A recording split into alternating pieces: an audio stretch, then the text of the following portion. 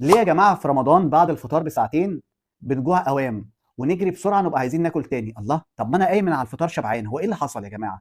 تعالوا أشرح لكم بالتفصيل عشان تفهموا ما تكرروش الغلطة. مع دكتور محمد حسنين هنصوم ونشبع ونخس في رمضان.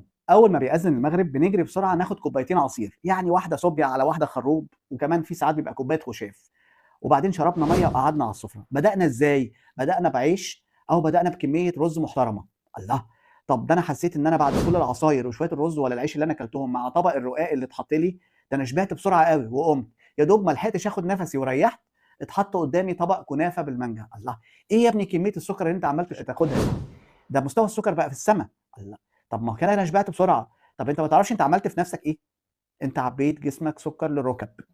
مستوى السكر بقى في السماء. بعد شويه بقى بيحصل هبوط في السكر، يعني ما عداش ساعتين على اللي انت عملته ده حسيت انك جعان تاني، لان في احساس بالجوع بدا يهاجمك، فحضرتك عايز تقعد تاني وتبدا الدوره دي من الاول تاني.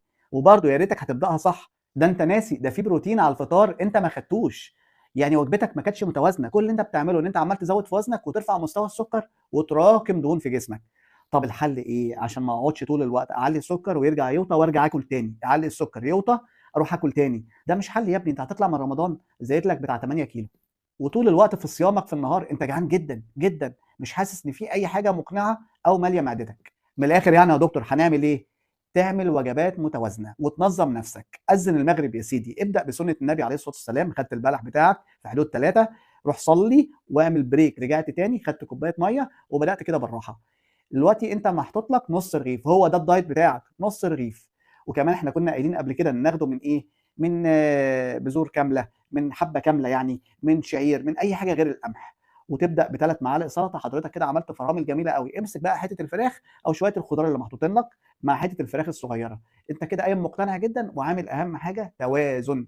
مالي بطنك خضار وبروتين، ده اللي بيشبع وبيقعد وبيخلي امتصاص السكر ابطا بكتير من الطريقه الاولانيه الغلط. وكده وزنك مش هيزيد ومش هتحس برغبه ان انت عايز تاكل كل ساعتين، زائد ان انت هتكون قاعد مرتاح وقادر تنزل تصلي العشاء.